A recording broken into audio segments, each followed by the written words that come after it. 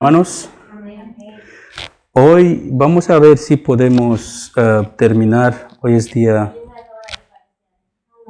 Vamos a intentar a ver si podemos terminar lo que estábamos viendo en Gálatas. Habíamos dejado parado, porque para los que nos visitan, para que sepáis que estamos estudiando todo el libro de Gálatas. Ya estamos en el capítulo 3. Hoy terminamos el capítulo 3 y si el Señor lo permite, el próximo domingo empezaremos con el capítulo 4. Son 6 capítulos, así que faltarán 2 capítulos cuando nos metemos en el capítulo 4. Toda la esencia de Gálatas es luchando contra otro evangelio, falsos evangelios que existen. Pablo intentando de hacer comprender a los hermanos en Galatia que no existe otro evangelio. Puede parecer que existe diferente tipo de evangelios, pero existe solamente un solo evangelio. De la misma manera que no puede existir más de una verdad. Tiene que haber una verdad absoluta y las demás cosas son mentiras.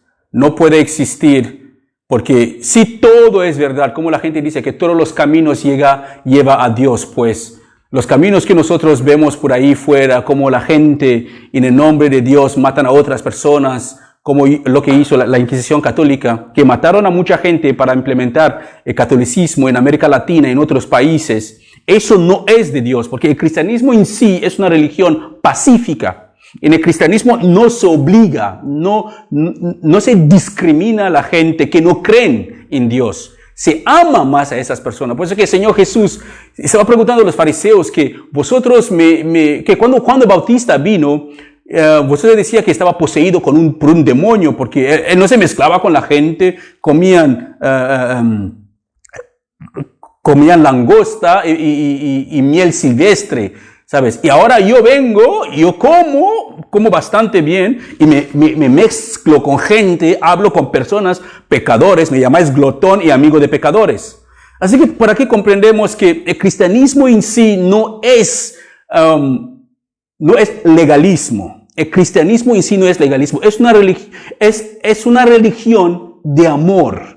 Que uno ama a los que le maldicen, ora por los que le persiguen. Es una religión donde el amor en sí es lo que gobierna. Los que han tenido tiempo de leer Corintios, no sé si era aquel día que estuvimos haciendo la lectura, no sé si era el capítulo 22, que Pablo dice que podemos tener todos los dones.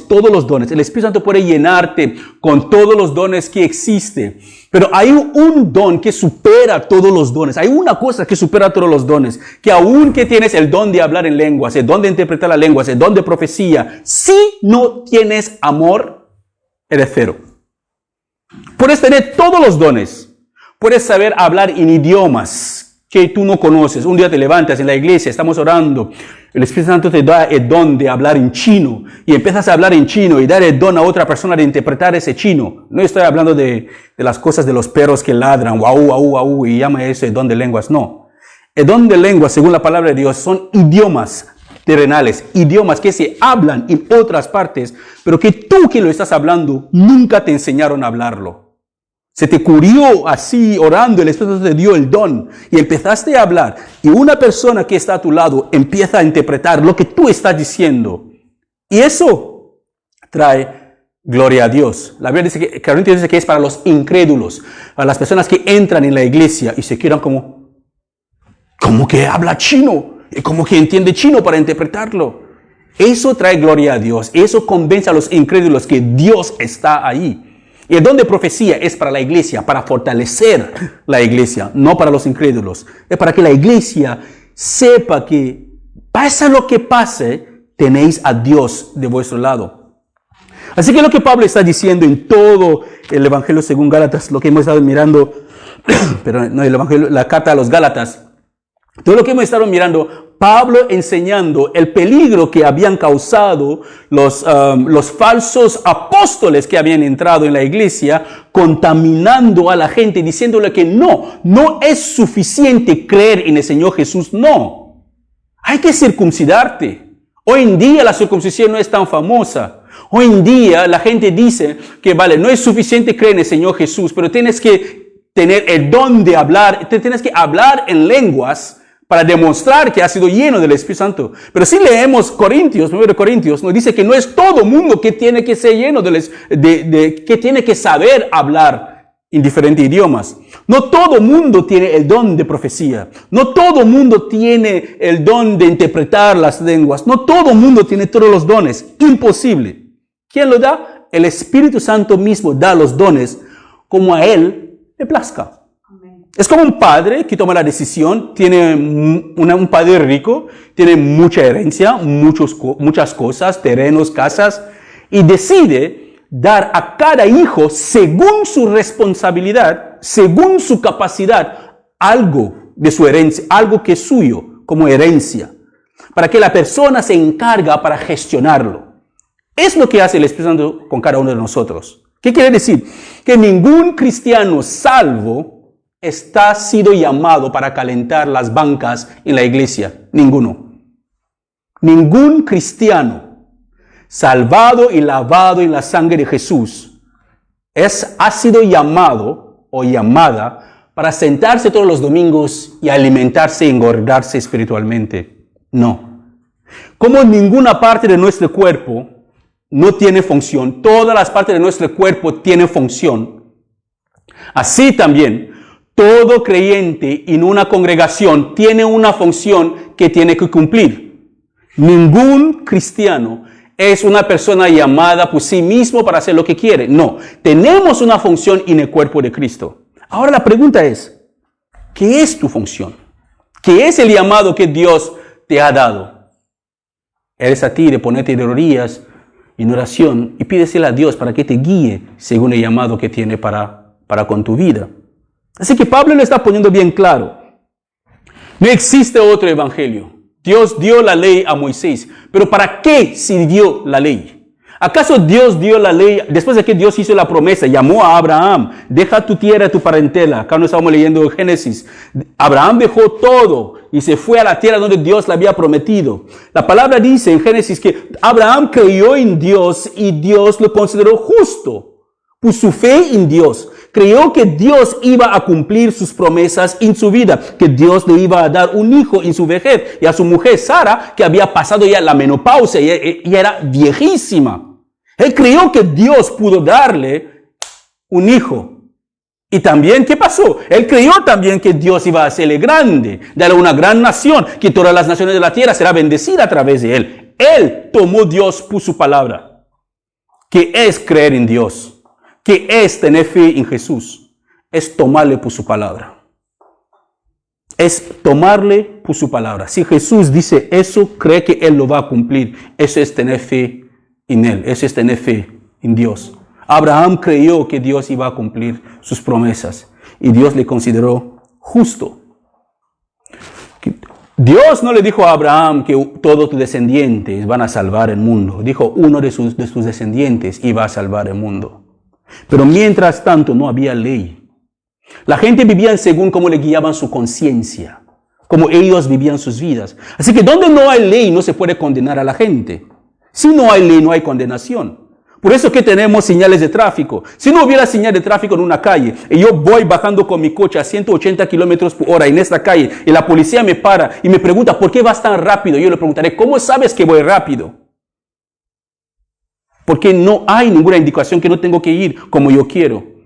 Pero ¿por qué ponen las señales? ¿Por qué ponen todas esas prohibiciones? ¿Por qué dicen que en una carretera hay que ir a 80 y otro 120 y otro a 30? ¿Por qué dentro de la ciudad hay una velocidad que hay que mantener?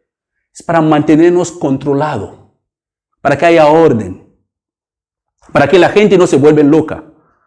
Dios también dio la ley a Moisés. Más de 400 años después, en el monte de Sinaí. Sacó su pueblo con poder de la tierra de Egipto. Les llevó al desierto sin ley. Pero llegando ahí, Dios les puso unos mandamientos. No hay solamente los 10 mandamientos. Hay 613 mandamientos en la Biblia. Pero algunos de esos mandamientos son mandamientos religiosos, mandamientos solamente para el pueblo de Israel. Uno de esos mandamientos que hoy en día no estoy de acuerdo con algunos de los pastores es el tema de diezmo. Yo personalmente creo que el diezmo es para el pueblo de Israel, era para ellos. ¿Por qué? Porque los levitas y los sacerdotes los levitas no tenían terreno. Cuando Dios repartió, cuando Josué repartió la tierra, los levitas no tenían nada. Dios le dijo a Moisés en una de las leyes que todo el pueblo tenía que traer alimento para los levitas, 10% de toda su cosecha. Y en el Nuevo Testamento, cuando el Señor Jesús vino, aún se estaban respetando la ley. No se habían consumido aún el sacrificio del Señor Jesús para que la gracia entrara en vigor. Pero cuando Él entregó su vida, entramos en una nueva dimensión de la gracia. La fe en Cristo Jesús es lo que nos salva, no guardando la ley. Así que todo lo que la ley traía se quedaba atrás y ahora somos salvos, no por intentar de guardar la ley, somos salvos por la pura gracia. La fe en Jesús, la fe como tomándole por su palabra, creyendo que lo que Él hizo en la cruz es suficiente para salvarnos delante de Dios, que no hay nada que yo pueda agregar en mi salvación. La única cosa que tengo que hacer es esforzarme para permanecer, pero Él es poderoso para mantenerme firme sin caída. Pero tengo que tomar la decisión yo mismo para permanecer. Así que por eso que yo tampoco estoy de acuerdo con los calvinistas que dicen que Dios creó a algunas personas para el infierno y otras personas para el cielo, porque no es lo que la Biblia a mí me enseña. No puedo usar solamente un capítulo de un libro y hacemos una historia. Es como yo te mando una carta de 4 páginas y usa la última página de mi carta y saca conclusión de mi carta. No, lee desde el principio hasta el final para comprender lo que el autor de la carta está diciendo. La ley fue dada para frenar a los hijos de Israel, para que cada uno, para nosotros también, para que vemos lo pecaminosos que somos. Una estándar de Dios, que la estándar de Dios es más alto que la nuestra. Hoy en día, ¿cómo guardamos la ley? Guardamos la ley automáticamente, sin tener que memorizarla. Seguramente que si pregunto aquí los 10 mandamientos, casi 2 personas o 1 podrán decirme los 10 mandamientos de principio hasta el final. Todos los 10, sin saltar ni uno, solo los 10, así, recto, tal como son. Porque era lo que pasaba antes. Ellos memorizaban. Pero si yo les digo que uno de los mandamientos es no matar, ¿sabrás que sí? Sí, ¿por qué? Porque el Espíritu de Dios que mora en nosotros, porque ahora que estamos en la gracia, el Espíritu de Dios que mora en un creyente, le hace comprender, le hace guardar la ley sin ni tener que memorizar en qué parte de la ley cae este mandamiento.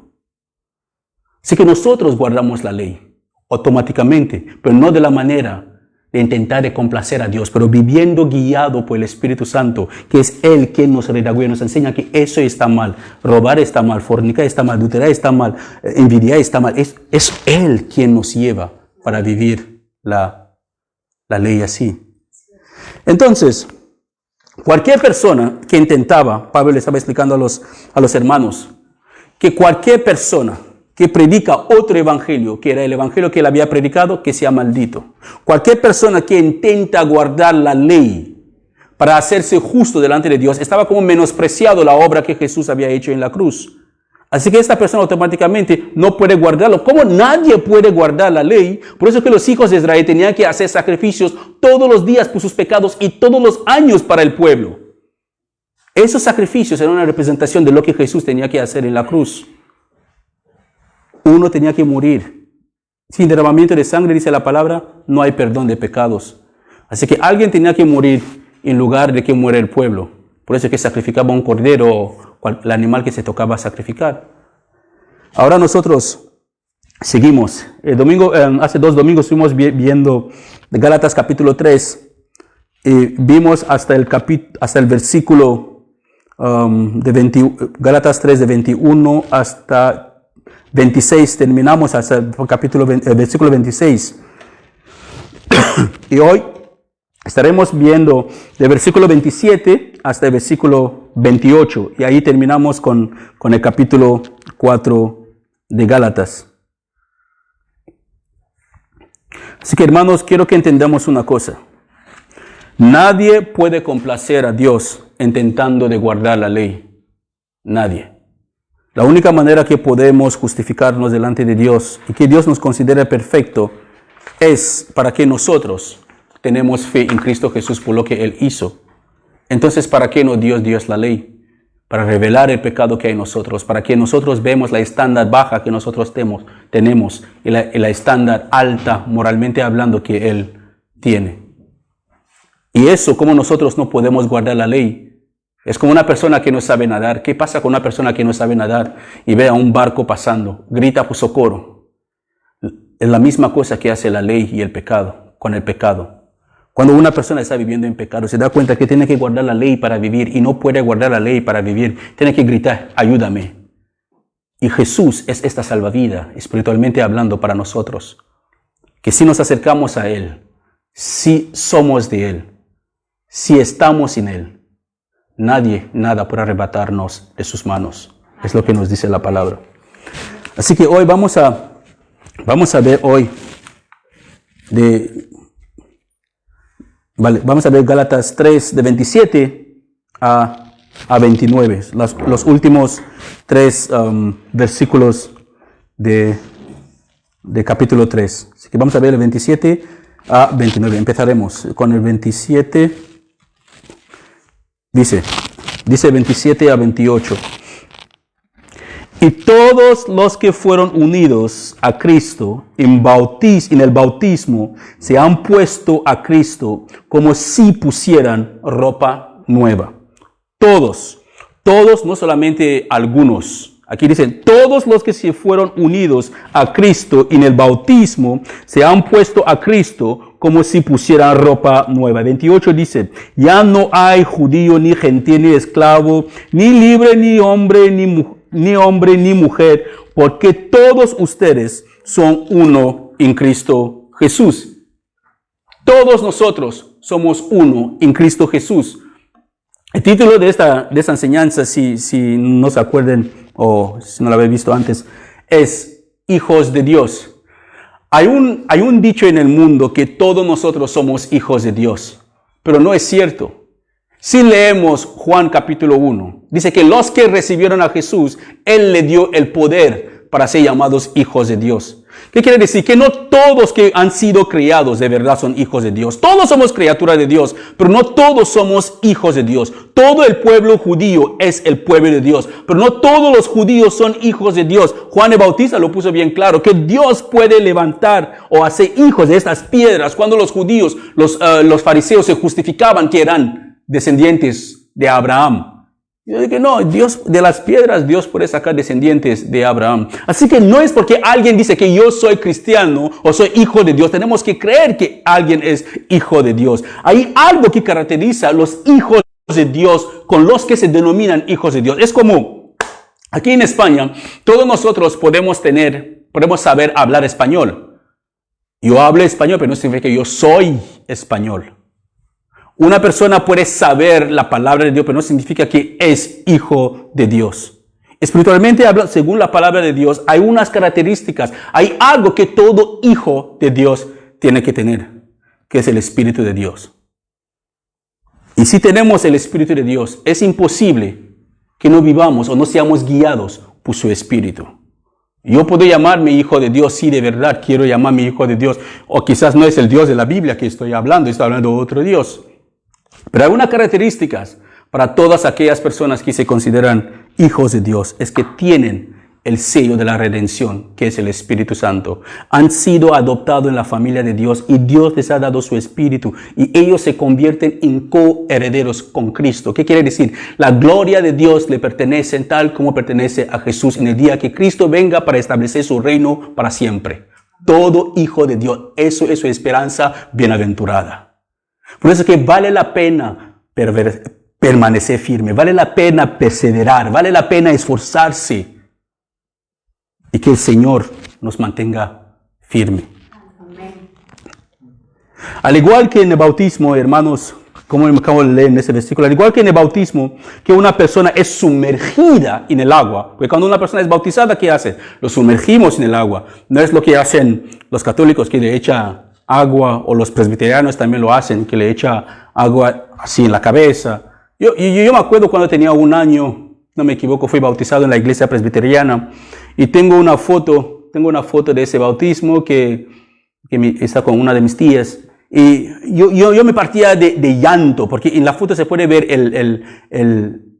la ira que había en mi corazón, de la manera que me echaba agua, se veía como se me caía agua, no sé si era fría, caliente o lo que sea, pero había agua. Y yo lloraba, tenía una cara, pero ¿verdad? muy espantoso. Pero eso no es el bautismo bíblico. Es una sumersión que tiene un significado. Porque cuando uno está, antes de convertirse, es una persona pecaminosa, es una persona que está viviendo en el mundo, está haciendo lo que quiere en la vida. Pero cuando toma la decisión de que quiere seguir a Cristo, y la primera cosa que tiene que hacer es bautizarse, porque es un mandato del Señor. ¿Qué tiene que hacer? Le sumergen en el agua. Eso es morir para el mundo. Participa en la muerte. Adiós, mundo cruel. Y te mueres. Sumergido en el agua. Y cuando te saca del agua, sale una persona nacida de nuevo. Totalmente diferente. Espiritualmente hablando, hay algo que ocurre. No es que el bautismo en sí aislado salva. No me tome así, hermanos, no es lo que estoy diciendo. Porque he visto personas bautizadas, después de ser bautizadas, se fueron al mundo y vivieron como nunca habían pasado por la iglesia, es como nunca habían escuchado la palabra de Dios. Porque el bautismo en sí, ellos pensaron que solamente por haber sido bautizado, ya son salvos, así que pueden vivir de cualquier manera. No, hay un tiempo de perseverancia, hay que perseverar hasta el fin. Es lo que dice el Señor Jesús, los que permanecen firmes hasta el fin serán salvos. No los que empezaron bautizándose, no, los que permanecieron firmes de principio hasta el final. Esos sí que serán salvos. Así que tal como nosotros somos sumergidos en el agua de bautismo, así también cuando ponemos nuestra fe en Cristo, estamos inmersos, sumergidos en Cristo. Si cuando yo tomo la decisión de que, wow, porque la Biblia dice que ¿cómo pueden creer si nadie les predique? Así que la fe viene por oír, y oír la palabra de Dios. Así que nadie puede tener fe por sí mismo sin haber leído la palabra de Dios, sin haber escuchado algo de Dios, quizás haber leído un tratado, porque hay personas que se han salvado solamente con un tratado. Hay personas que estaban leyendo la Biblia sola en su casa o investigando, musulmanes que investigaban a Cristo para refutar a los cristianos que la Biblia es mentirosa, se convirtieron en apologistas cristianos. Eso puede ocurrir. Así que cuando una persona acepta a Cristo, se sumerge con Cristo, empieza a creer en Cristo, esta persona es sumergida, es como bautizada en Cristo. Ya forma uno con Cristo, porque ya está muerto para el mundo, ya es parte de Cristo. Así que todos los que han sido sumergidos en Cristo forman parte, ¿vale? Forman parte de su cuerpo, que es la iglesia, y eso quiero que entendamos, hermanos, que la iglesia en sí hoy en día se ha convertido en algo que, la primera de las cosas que alguien te pregunta es, no te pregunta en qué congregación, porque eso tiene que ser la palabra, en qué congregación te congregas, eso debería ser. Pero la gente te pregunta en qué iglesia va. Pues hay una sola iglesia, que es la iglesia de Dios. Es la iglesia de Cristo. Cristo compró esa iglesia con su sangre.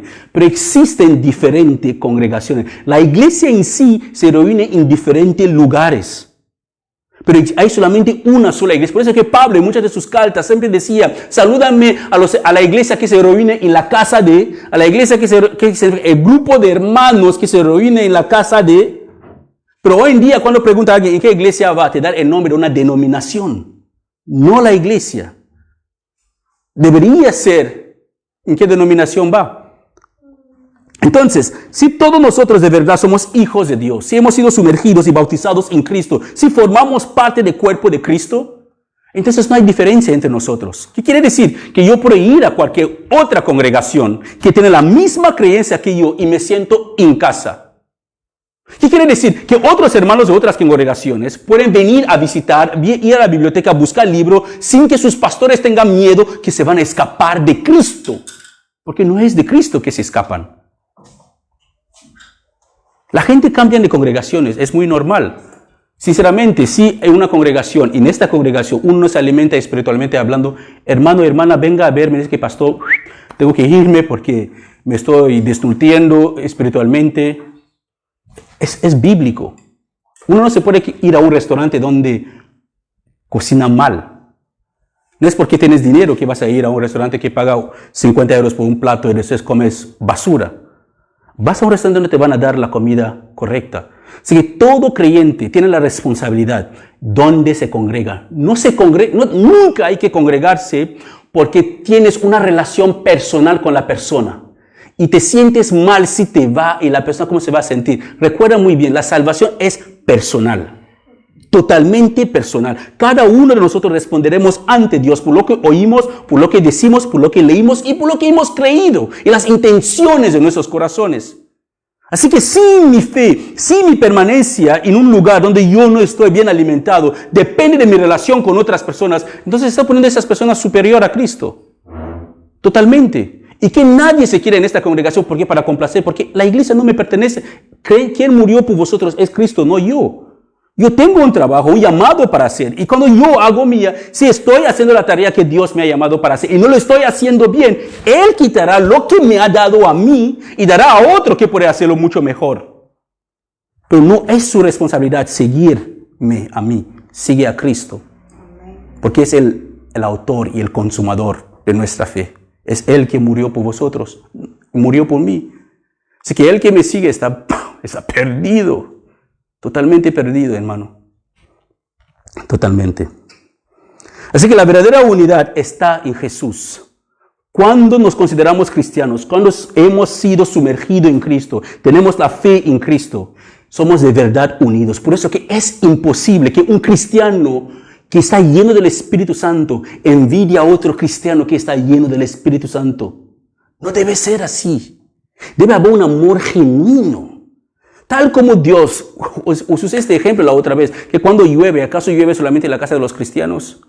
No es como en Gosén, que cuando Dios estaba echando las plagas en Egipto y dejaba que no caía ninguna plaga en Gosén.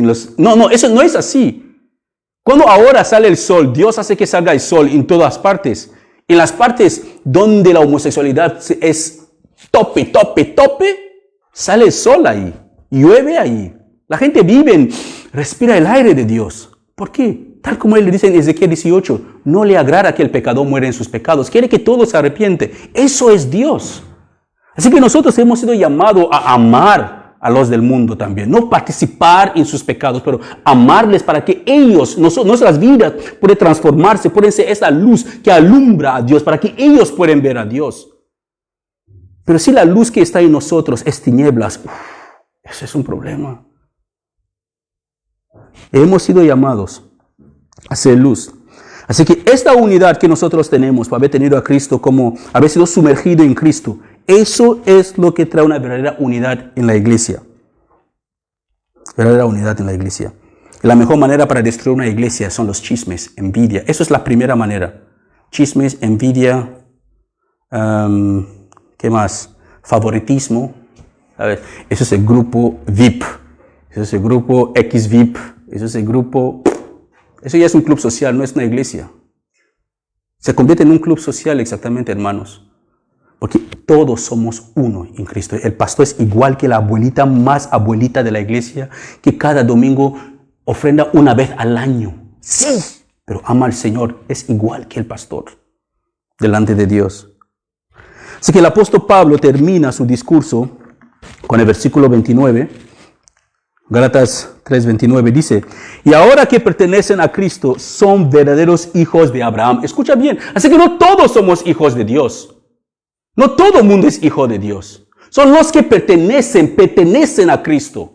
No solamente son hijos de Dios, son hijos como hijos espirituales de Abraham. ¿En qué sentido? Que como tiene la misma fe que Abraham, porque Abraham tuvo fe en Dios, Abraham confió en Dios y Dios lo consideró justo. Así que nosotros es como aprovechamos con esta cualidad de Abraham para ser considerados justos delante de Dios. Así que somos hijos de Abraham, pero no biológicamente, pero hijos espirituales, porque hemos creído en Dios como Él creyó en Dios. Pero nosotros tenemos nuestra entrada. Como Abraham, Cristo no había muerto aún en la cruz cuando Abraham confió en Dios. Pero ahora Dios nos pone las cosas mucho más claras a nosotros. Que confíen, como ya no puedes morir por tus pecados. Tú no puedes pagar por tus pecados. Hermanos, si Dios tuviera que pagar o hacernos pagar por nuestros pecados, nosotros mismos, no hay nada que nadie pueda hacer para ser salvo. Olvídalo, nada. Ninguno de nosotros se salvaría. Si Dios tuviera que tratarnos de la manera justa por nuestros pecados, ninguno estaremos aquí. Todos estaremos ya fritos, ya como el pollo al as en el infierno. Así que Dios no nos disciplina como merecemos. Él nos trata mucho más de lo que debería tratarnos.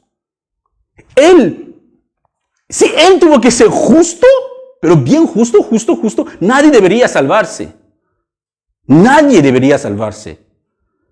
Pero Él nos ha dado la salvación. El versículo 9 sigue diciendo, son sus herederos y la promesa de Dios a Abraham les pertenece a ustedes. Así que como Abraham creyó en Dios y Dios le prometió que será bendecido, padre de muchas naciones, todas las bendiciones que Dios prometió a Abraham se convertirán para la persona que pone su fe en Cristo Jesús, también va a heredar esas bendiciones.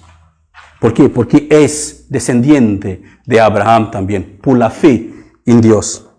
Así que, ¿qué quiere decir este versículo? Que por la fe en Cristo, como nuestro Señor y Salvador, Dios nos justifica tal como justificó a Abraham, por creer en Él. Cuando le hizo la promesa que será padre de muchas naciones y que a través de Él, a través de Abraham, todas las naciones de la tierra serán bendecidas. Abraham creyó a Dios por eso.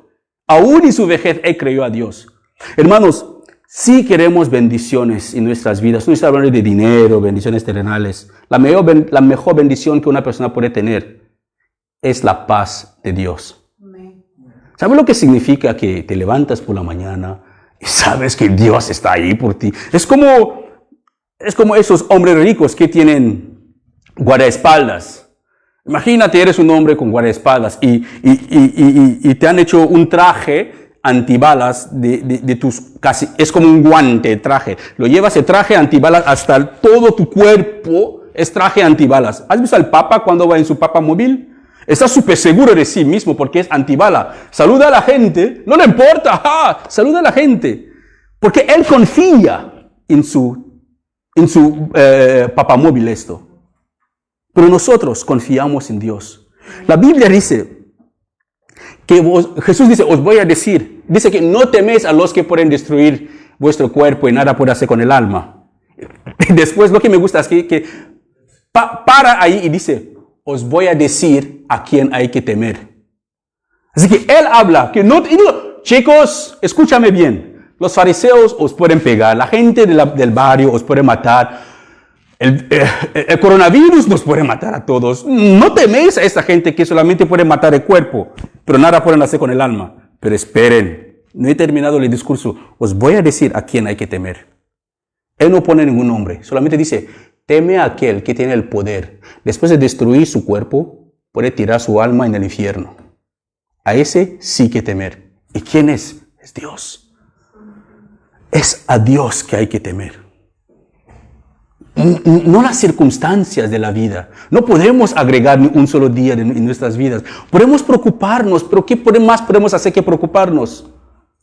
Es lo único que sabemos hacer. Podemos seguir preocupándonos, pero si de verdad confiamos en Dios, si de verdad Dios es nuestro todo, hermanos, vendrá problemas. Jesús nunca nos prometió que no vendrá problemas. Él lo dijo.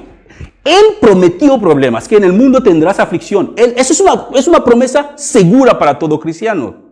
Vas a tener persecución. El que quiere vivir piadosamente hallará persecución. Y en el mundo tendrás persecución. Pero no teméis, no teméis, no teméis. ¿Por qué? Porque yo ya vencí el mundo. Así que pueden hacer lo que quieren hacer. Pero nosotros podemos confiar en Dios.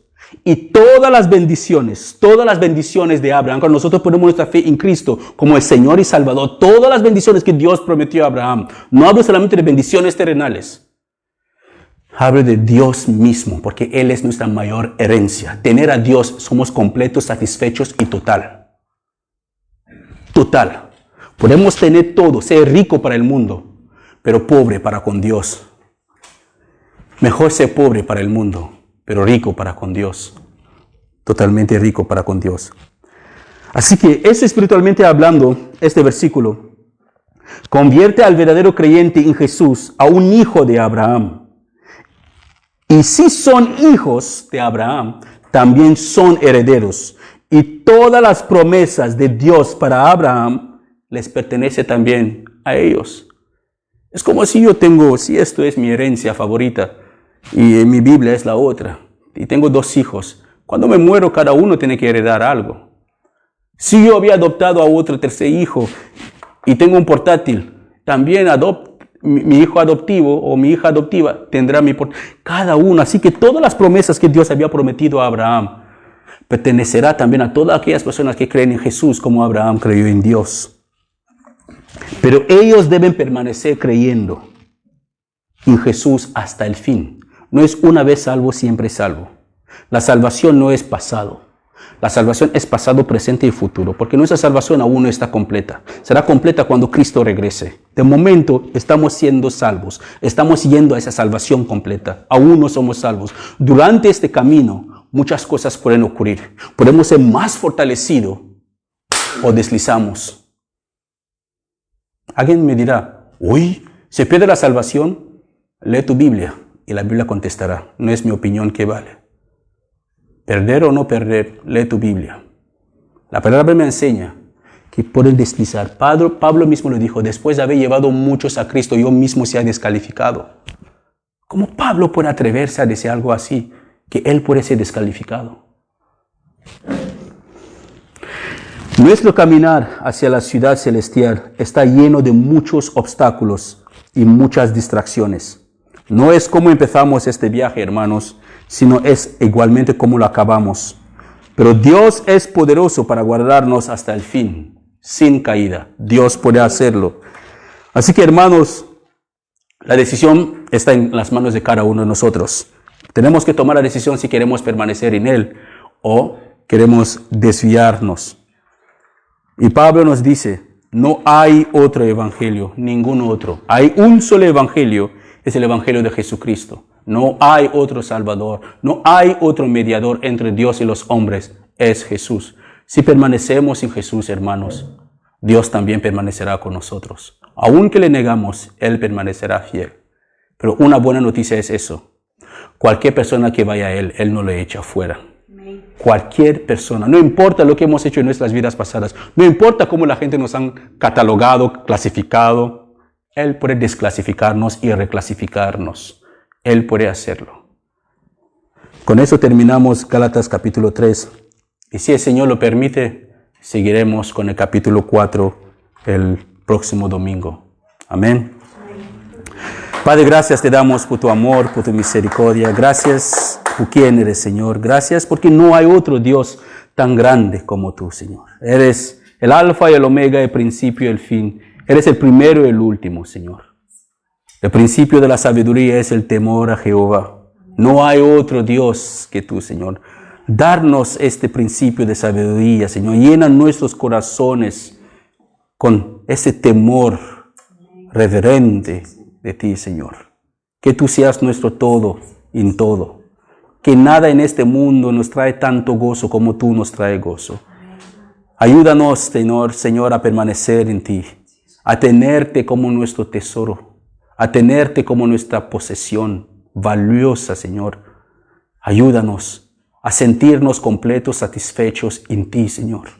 Que no deseamos nada, nada en este mundo, nada tan temporal en este mundo que a ti, Padre. Cumple tu propósito en nuestras vidas. Cumple tu propósito en nuestras vidas. Que las bendiciones de Abraham broten en nosotros, Señor. Ayúdanos a permanecer. Permanecer en tu amor. Permanecer en tu paz. Permanecer en tu gracia. Y permanecer en el cuerpo de Jesús. A ti sea toda la gloria y toda la honra. En el nombre de Jesús. Amén. Amén.